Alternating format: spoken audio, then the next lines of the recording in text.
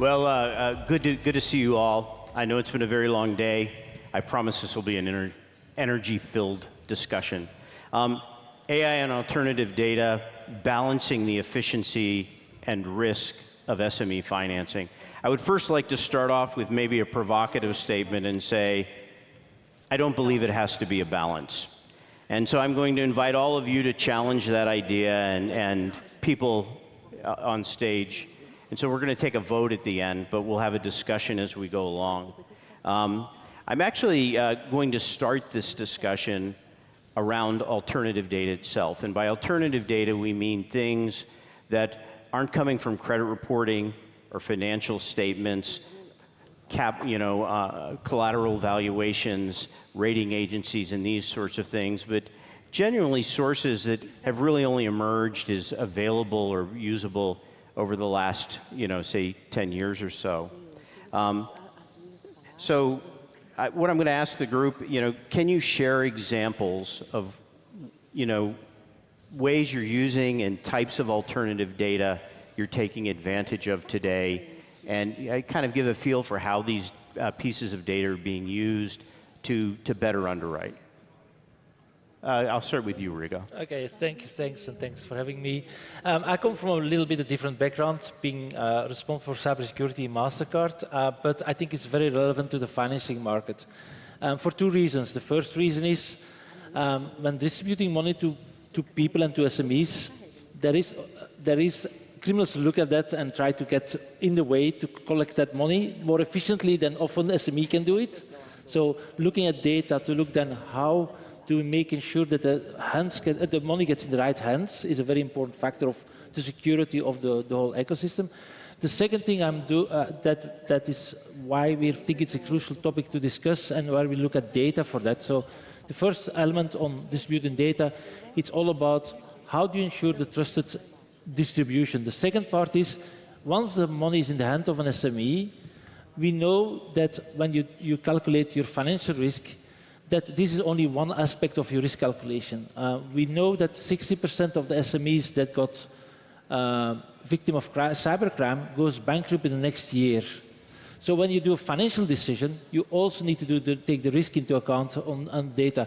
Now, that is what we do best. What we do as MasterCard is we use AI to collect all the data about that we can know on the financial flows, and we correlate that, of course, with the known outcome of cyber hacks, which has to be published anyway, so you can build nice AI models on that one and be very predictive which SME is likely to be victimized on a cyber attack based on the vulnerabilities on their technology set.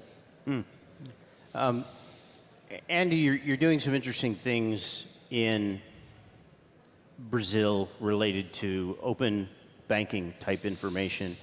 Tell us a little bit about what you're doing and what data is really becoming valuable. Sure, my pleasure, Patrick. So what Capitali does as a lending fintech, it's basically collect a set of diversified data from different data sources, and we rely a lot on our credit analysis on transactional data from merchants. So basically we understand their selling partners to credit card, how much a business sells through every day, and it sells more through Master or through Visa, how many installments a particular merchant accepts its payments. We use that not only on our credit analysis, but actually as a collateral itself in our operations. So it's not only a new data, but it's actually you're using it not only for understanding, but also for actually securing loans. Yeah. Exactly. So it's not only to a credit analysis, understanding of business patterns, we do use the data for, but the opportunity relies on being able to use that as a collateral to a diversified types of finance that we offer, from this invoice discounting for manufacturing to payments to working capital loans and so on and so forth. Prashant, you actually are doing some really interesting work in understanding market forces and influences and things overall, but tell us a little bit about the kind of data you're finding useful. So one good example of the data that we're using is invoice data.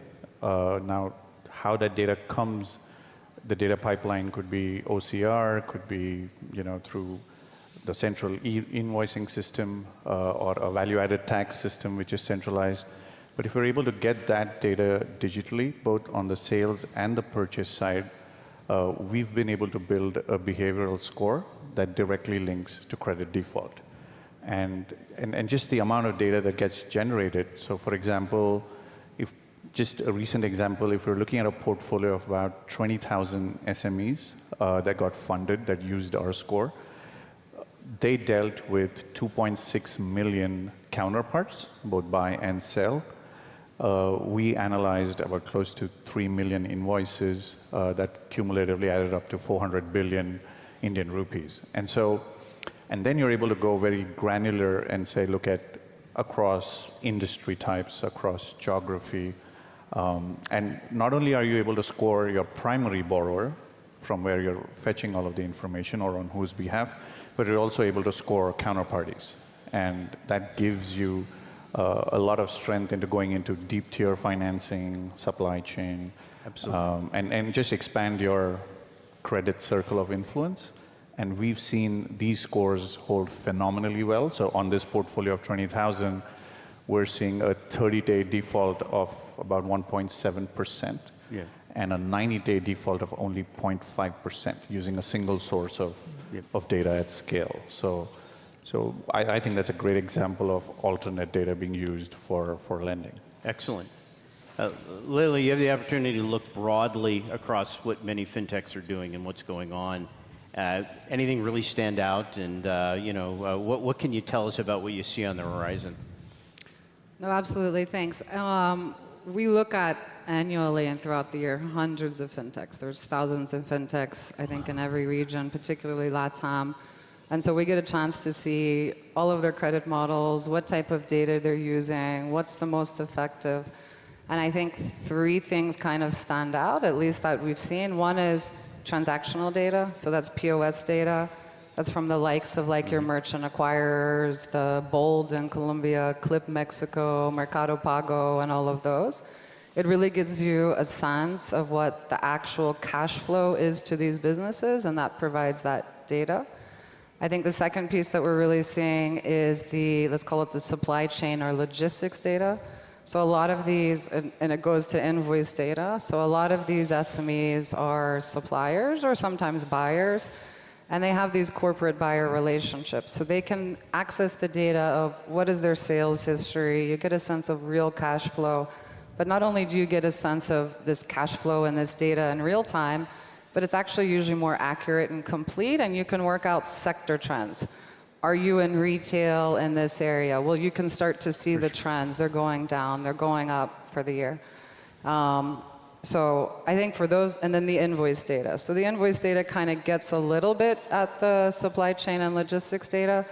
Sometimes in countries where it's not as formalized, you need to go integrate into ERPs, access corporates. How do you get to this buy-side, supply-side data? But in many countries that have started to do mandatory e-invoicing and then also registries, it allows you to get to it really quickly. Gotcha. You can develop an entire cash flow history and projections and models, and I think those are the most effective data sources we've seen in the SME space. You know, we made an interesting observation a while back, and that was we kind of posed on a question to say, how much of risk is actually influenced by the business itself and the environmental conditions or the market conditions around the business? And as we've done this, what we found is that it really doesn't matter what market, although different markets have higher levels of volatility, but about 1/3 to 1/2 of the risk component can be associated with marketplace factor. What's happening with my competition, what's happening with my suppliers, what's happening with things that are driving either my demand function or my cost of doing business. And so creating an economic model for that marketplace, and I think to some points earlier, how the marketplace for the restaurant in the middle of town is very, very different than the marketplace for a plumber or an exporter of goods. And so now what you're doing is you're actually creating something that's relevant to that entity and then understanding how it's reacting to the world around it. And even before lending happens, you can start to see the ability to problem solve. And that's kind of one of the interesting areas that we're looking at. But maybe as we're looking at all these sources, what's really important to know is, how do you know something's good to use in the context of helping to underwrite or helping to support a lending practice? So do you have any standards or guidelines when you're evaluating data and thinking about it? I'm going to start with you, Prashant, and you can... Yeah, I mean, I think we heard a lot of people talk about the quality and access. So outside of that, I mean, fit for purpose and let's say quality, I think there's about 4 or 5 really important things that people should look at. So one is the observation window of the data set that you're going to use, because you want to make sure you're looking at data across multiple seasons, you know, and multiple cycles of the loan itself to look at behavior. Continuity of the data set, because you don't want breaks in that data, because that'll set you off. Coverage, geography, industry, those kind of things, segments, sizes of, you know, micro, small, medium, all of that. The frequency of data, so how frequently can you access it? Because you might get it once, but am I going to be able to monitor and continuously pull that information to look at it?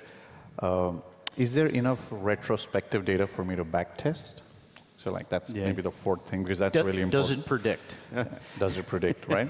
And then I think the last thing, which is increasingly extremely important in the context of AI and the path we've gone down, is consent and like access for fair use.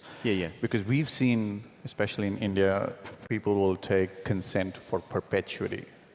Your loan is not perpetual, so I don't need to give you consent for perpetuity on the open data access system, right? So establishing standards to say if the loan tenor is 36 months, consent ends at 36 months, right? And so on and so forth. So consent and access would be important. So from your perspective, what's fair? What's good data? I mean, Prashant took, I think, all the words. It would be the same way I think about the framework. I think maybe I would just add, you know, you mentioned relevance, and I think relevance is one of the most important things. There are millions and billions of data points available, and I think you really have to think back. I mean, ultimately, this is credit, right? It is credit. Once you're solving for like KYC and fraud, which, okay, fine, you can use a lot of peripheral weird data points. Where did you text from? Where's your ATM? Stuff like that. But ultimately, it's credit. And so you want to look at data that is going to give you a picture of capacity and ability and character to repay. And so I just think relevance, and your points are all exactly the same, but the relevance is a huge focus. Absolutely. Andy? Well, I think rely on the aspect that, because well covered here about the ethical use and follow the procedures on the regulation in place, LGPD here in Brazil, GPDR in Europe, and so on. I think the value that we can unlock lies on the possibility of connecting data creatively that's not obvious. I give you an example, Patrick. We use alternative data and a little bit of AI in a very important part of our Know Your Business process, which is trying to avoid frauds, the recognition, and to guarantee that a customer who signs up into our platform is the person who said he is. So the person has to take a photo, prove the liveness of themselves, and also take a photo of his document. So we not only checked that data and that photo in public databases from the government, but we also use databases from main providers. So we have it in this morning here, Magazine Luiza, a huge retailer. So today, Capital, when a company does a registration, we check into also Magalu's databases to check if that person already is registered in other marketplaces, just one example. But we cross-check that information with several databases from different parts to guarantee that the reliability of our data, it is something really important for Capital. We find a lot of cross-checking also really important from a standpoint of if I'm trying to validate, and sometimes I can find the same information located in separate sources, so I can verify an income number or an employment number or something like that. But in some cases, we're cross-validating using very different types of data. For instance, we cross-validate how active a business is based on the infrared signature the building gets off from satellite information. And so while it is not nearly as accurate as having a really great financial statement, what it allows us to do is understand, is a business really operating 24/7? Is it really functional full time? I know you do a lot in fraud, but I know you also do a lot more than fraud. Yeah. So what's your perspective? No, so MasterCard is in AI already for more than 20 years. So we are very experienced in AI. We have learned it the hard way and the good way. Because we use it, for example, we use it for fraud, we use it for loyalty, we use it for all kinds of use cases because of the scale of our organization. Yep. And serving 500 million merchants around the world. You need to do it on an AI base, otherwise you can't just don't do it. I think for me, from a quality point of view, there are kind of two things we look at that are kind of golden rules that we use for what is a good AI model. The first one is the data you use to create your AI model on, and then the outcome of that AI. If I start with the data where that is used as the base for AI calculation, first of all, try to avoid aggregated data. Get to the raw data. Yeah? So we as MasterCard can do that because we see a lot of traffic, and we have the transaction analysis, and then you look at that, and we don't exclude elements out of that.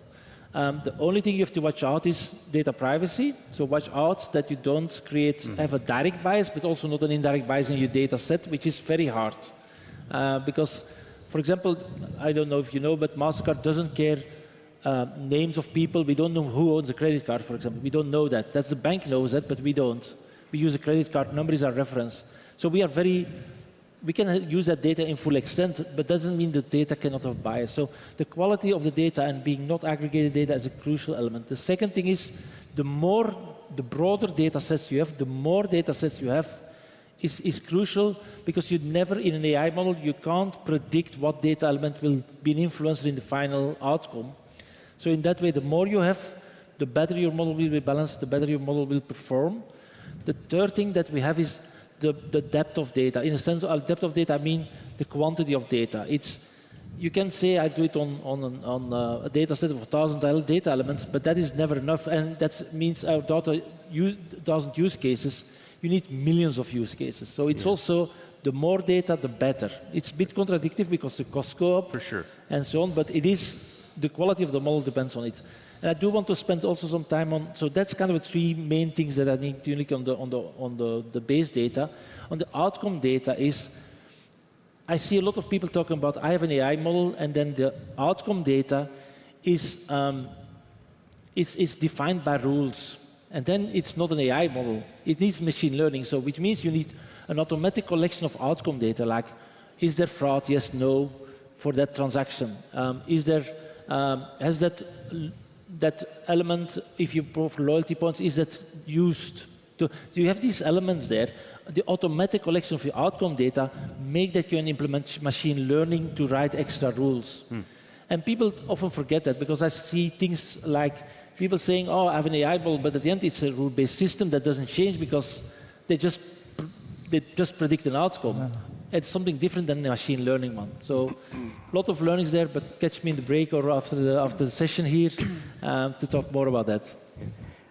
I want to pivot a little bit here, and I want to be mindful of time. We might be in the way of people's drinks or happy hours or anything that might be infinitely more important than this. But if we talk a little bit about the issue of efficiency, I mean, part of this topic is about how do we get to? I remember when we launched our company, I sort of challenged myself, and I said, if I can do this in Mongolia, I can do it any place, because we're achieving a level of efficiency where we can drive something to a predictive conclusion. Today, we collect about 30 billion data series around the world. This gets to some of the value of bigness to some degree. But if you spent 1 second making a decision about each one of those pieces of data, was it good or wasn't it good, it would take you 951 years. And so what you need is extremely efficient processes to actually get through the data and then put the data to good use. So, why don't we talk and try and hold it to about a minute? And I know that's an impossible task, but, how do you go about tackling these things in a highly efficient way? I'll start with you. Impossible, I know. Yeah, possible. So at the end, I think the most efficient way to collect data is to it's a combination of I think we should go to the source of data. I think I'll probably challenge you a little bit on what is important. So one of the things I learned in cyber, but that's relevant for every business, is the challenge that we all face, as all five of us, to be honest, is everyone uses their own data sets and don't share it with anyone else. But that makes that, by default, the models we're building are less efficient than if we put all the models together or all the data together. So what I think is a big thing we can do better in a business of data analytics is data sharing. And I think that's probably a bit of a sidewalk from your question, but I think this is one of the things that Mastercard is very eager to work with anyone to kind of say, how can we exchange data so that both of our models get better on the data? That's an invite by default, by the way. Well, Brazil is very in their early days on open finance, I would say. We saw a few solutions in the market. We saw this with an incredible opportunity that lies ahead of us. Brazil is also developing its own digital currency, DRAX, which really has the potential to transform how the market will behave in the future. But open finance, it's all about collaboration. It's a game of how players that doesn't have exactly the incentives to cooperate will be able to cooperate in an environment with more competition, an environment where the customer will have the power to easily move and switch from one provider to other. I think that the opportunity that lies ahead is in the common enemy, which is fraud and security. I want to highlight that because of the importance of the term. We have an industry that annually extract value from all your institutions in billions of dollars, and that's a common enemy from any of us. And the importance of creating that kind of a collaboration where you can reduce the fraud levels among all the market, it's important, and I would say that's the most important collaboration in data that we could, as an industry, do. Very good, very good. Prashant? Yeah, I think from an efficiency standpoint, especially because we're in India where the digital public infrastructure has come up the curve significantly over the last 7 or 8 years, one of the ways we thought of using this infrastructure efficiently was, and what we've done is we've taken all of this invoice data that we worked across financial institutions, anonymized it with their consent, and we've then taken it up a level higher to create one of the first privately provisioned public infrastructure. Yeah. And what that means is now we're measuring the economic activity of the small and medium businesses across the country that can provide more context to the lender when they're actually dealing with an MSME. So for example, if they're dealing with an MSME that's in plastics, the lender has context to say, how is the overall industry of plastics doing through a data point that can then add value to the decision at that granular SME level. So that's one of the big uses of how we've made this data efficient for public use. Yeah. But the other ways that this plays out is now I have a country level curve and I can look at my portfolio and say, how's it performing with the country level curve? So am I adversely selecting is my sourcing strategy weak, or do I change my sourcing strategy, or how do I focus on women entrepreneurs, or how do I focus on greenfield areas for lending? So I think to Rigo's point, I think there's an efficient way for us to collect, anonymize, and share so that the entire ecosystem benefits from it. Leila? Yeah, maybe taking it down to like the practical lending approach that we've seen, because I think once you've identified, know your data sources, you know which ones you want, which ones are useful to you, I think it's super important in operations to think about when and how you access that data. And so, you know, you take it to a loan operation. You get the data. The first thing on KYC, what data do I actually need to pull down? What data do I need to store? What data do I need? Because data is also not free. You may have access to some free data, but some of the data you have to pay for a lot. So why would you pay an entire data source to run an entire underwriting on a customer when at first all you want to know first is KYC and fraud? Yeah. And then maybe you have you have a screening process. Maybe you have kickouts. Well, we don't do this industry, we don't do this, we want revenue of X. What data do I buy, hold, store for that? Yeah. And you incrementally move through your operations process. That lets you be more efficient both in cost, because data could be free or not, but then also in your tech cost, your storage cost, and what do I do with this data if I don't use it? So I think that's a challenge we've seen a lot of our lenders think through very carefully. Yeah, that's an interesting pivot off of that really quickly, is that one of the things we stepped back and did and said, if I integrate data quality into the underwriting process or into the decision process, whereby I look at the integrity of each element of data I'm bringing in. So effectively what we do is we put a model to predict each value within that model that we're going to be using to, say, do a PD. So say we're looking at a traditional Basel underwriting scenario. And now what we're able to do then, by understanding the veracity of each one of those pieces of data, we can also do calls out to more expensive data sources if we need to try and reinforce our confidence in a piece of information, or if that piece of information looks like it may be less trustworthy, reduce the influence it has within the model itself. This allows us to score more often, and often with higher levels of predictability, while also keeping the budget under control. You're grabbing data when you need it, and you can move forward with decisions when you're not. But I now want to kind of pause for a moment and ask a question of everybody in the audience. You know, a quick show of hands. How many are actively using AI in any form of underwriting today in production? Anybody? Couple? A few? Yeah, more than a few. Anybody on the stage? So there you go. So, you know, I said earlier that AI, you know, in alternative data, I don't view it as a conflict between efficiency and risk management. I don't see this trade-off. I really think that really well-written AI, we use, you know, game theory so we can introduce objective functions beyond just probability of default to try and achieve both social goals and other types of objectives for both borrower and lender. We talked earlier about helping economies grow and sectors grow by this. But I really want to ask the panel, agree or disagree? And this is an opportunity to kind of give an opinion and a perspective. Try and hold it to about a minute.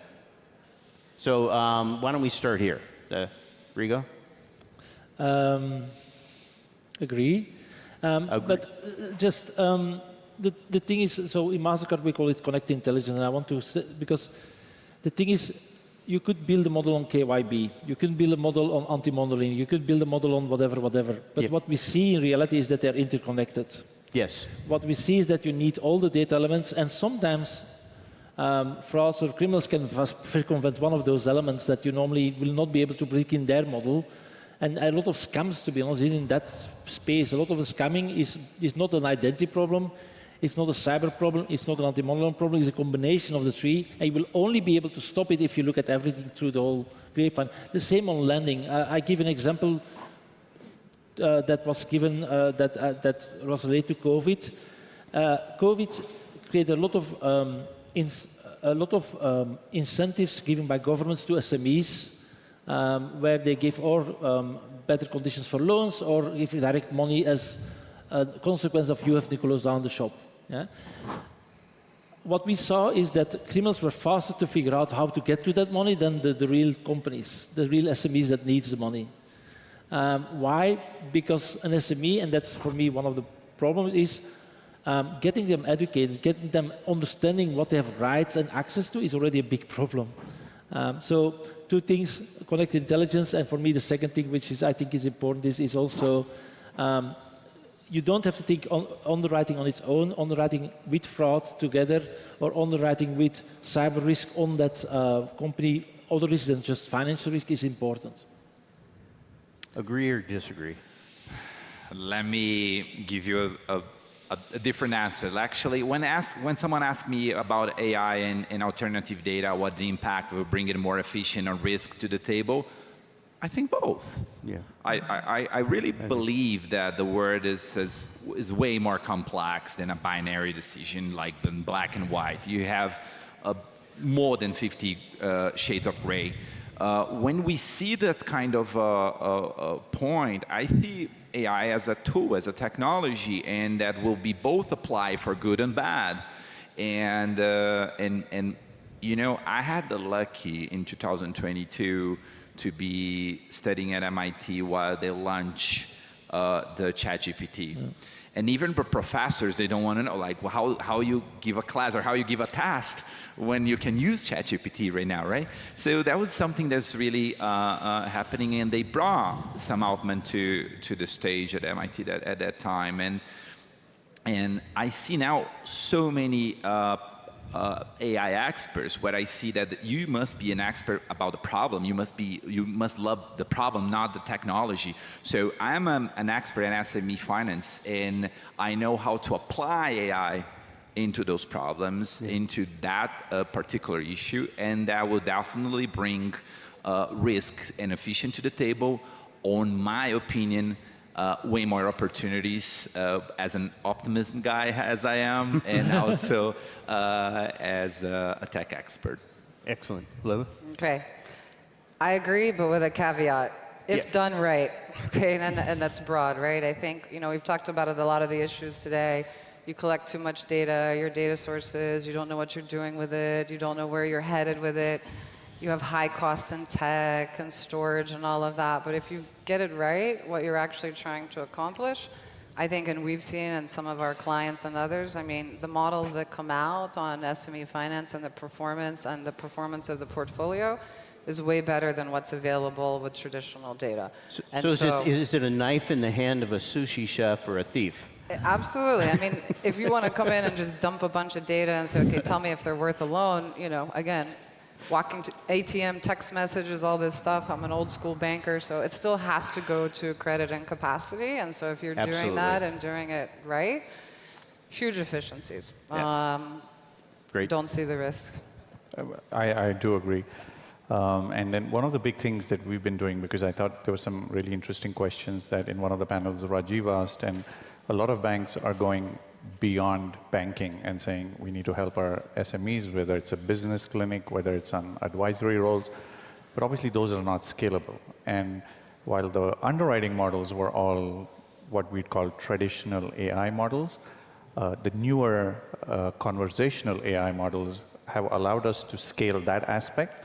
So we can now, for example, one of the things we're doing is an MSME can just on WhatsApp message us, provide consent, and we'll start giving them their data on WhatsApp, like using infographics, and being able to explain and advise using conversational AI and using these new models. So what you're doing is you're helping them beyond banking, using conversational AI, either with all the information that you have on whether they're subsidies, whether they're government schemes, your internal programs. You can synthesize all that information, and your conversational AI bot could actually give advice to that SME in whatever area that they're seeking that advice. And so that opportunity to be able to move everybody together, including beyond banking services for a financial institution, I think is really powerful.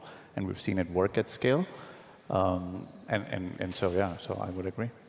I've got one final question, and what we'll try and do is get through it quickly. I know we're really close to mark here, but really that is, share some examples of where you've seen AI making an impact. for the lender, for the SME, for the community.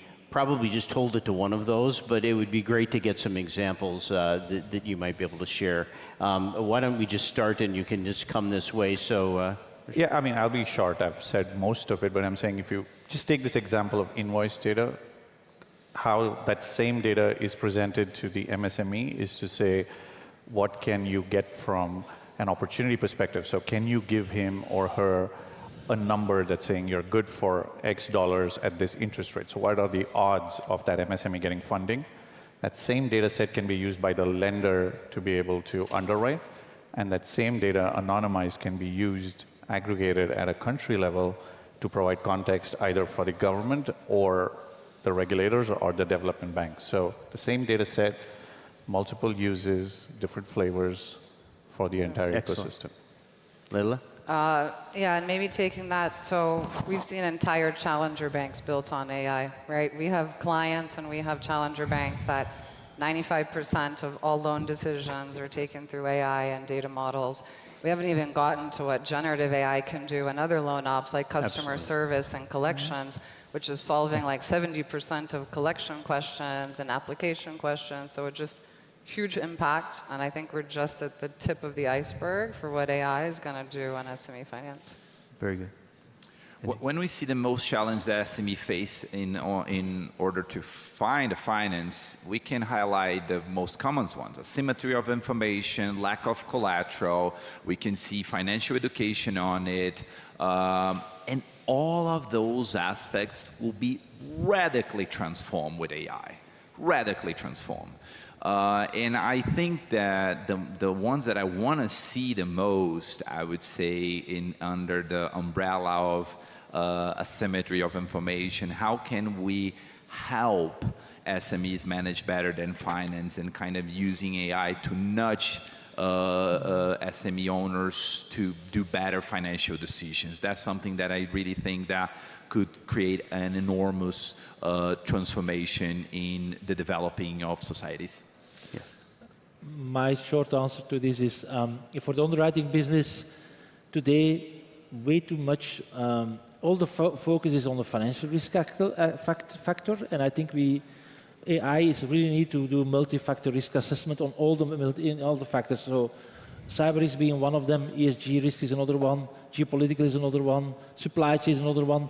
All these elements, if you want to take right decision on underwriting, you need to start thinking about all these aspects. They might have, for some cases, not relevance, but for some cases, they're hugely relevant, and even more relevant to financial data. So that's the reason why I say the multi-factor risk management. Yeah. I'll share, we have a lender who lends in a very, very difficult to underwrite place where most people are completely undocumented. And background charge-off rates in the low teens. And we were able to use this information to build out a model, even where you don't have a credit report, where you don't have reliable financials, to drop losses from those mid-teen rates down to about 70 basis points, or a fraction of 1%. While at the same time, actually being able to increase the number reached by 15-fold.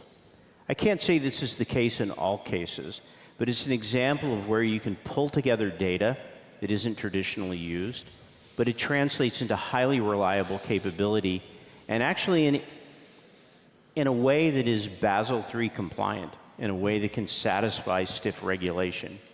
And so there's a lot of power in it, but I think, like Leila said, the tools have to be used well, and they have to be used responsibly, and that objective function has to be really thoughtful.